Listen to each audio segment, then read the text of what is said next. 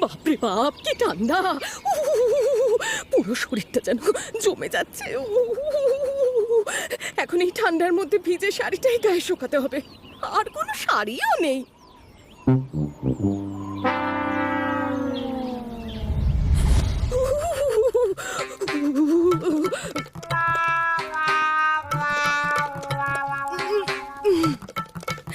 সেই বাপের বাড়ি থেকে একখানা কাপড় পরে ওই যে এসেছি, আর একখানা কাপড়ও কপালে জোটেনি। জুটবে কোথা থেকে, জুটবে কোথা থেকে? যা আমার ভোলা স্বামী নিজেরই খেয়াল রাখতে পারে না, উনি নাকি আমার খেয়াল রাখবেন। ওরে বাবারে!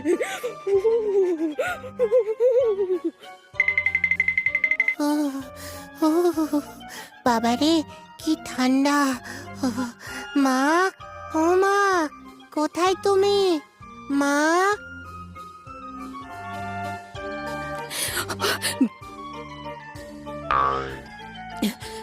গণেশ, বাবা আমার, এসেছিস? আয় বাবা আয়। মা, তোমার কি হয়েছে? না না, ও তেমন কিছু হয়নি, একটু ঠান্ডা লেগেছে। হ্যাঁ মা, আজকে কৈলাসে খুব ঠান্ডা পড়েছে, কিন্তু তুমি এই ঠান্ডায় ভেজা শাড়ি পরে আছো কেন? আরে কি করব বাবা, আমার তো এই একটা মাত্রই শাড়ি, যেই কাপড়ে স্নান করি সেই কাপড়ই গায়ে শোকাই। আচ্ছি!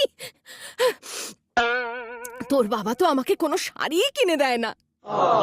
আমি বড় হই, তোমাকে আমি অনেক অনেক শাড়ি কিনে দেব। আমার গজানন, আমার এই ছোট্ট ছেলেটাও আমার জন্য কত ভাবে, কিন্তু ওই মানুষটার আমার জন্য একটুও চিন্তা নেই। আজ ফিরুক উনি কৈলাসে, আজ এর একটা হেস্ত নেস্ত আমি করেই ছাড়বো। হ্যাঁ। আচ্ছি!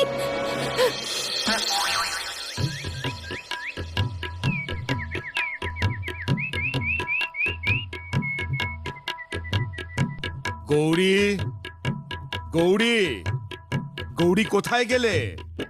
খুব ক্ষুধা লেগেছে, তাড়াতাড়ি খেতে দাও।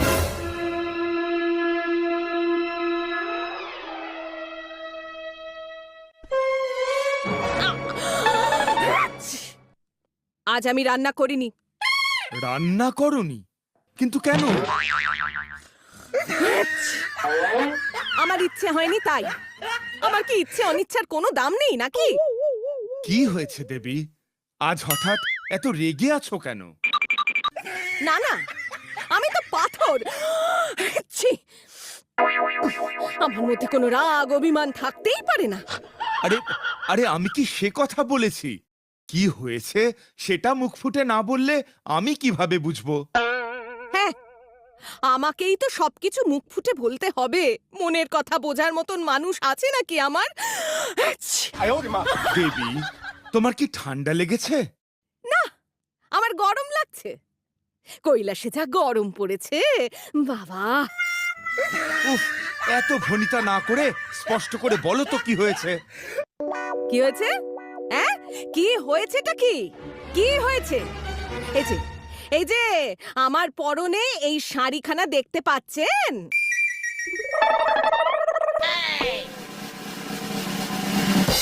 সেই বহুকাল আগে এই শাড়িখানা পরেই আমি আমার পিতার ঘর থেকে বেরিয়ে এসেছিলাম।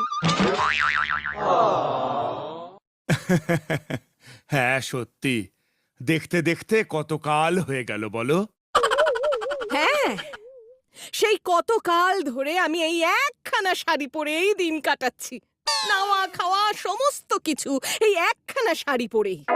ভিজে শাড়ি গায়ে শোকাতে শোকাতে আমার ঠান্ডা লেগে গেল। কিন্তু সেদিকে তো আপনার কোনো হুঁশই নেই।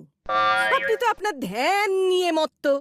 আমার প্রতি আপনার যে দায়িত্ব আছে সেটা তো আপনি ভুলেই গেছেন।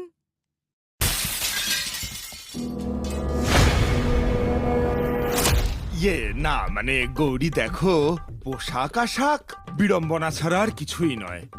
আজ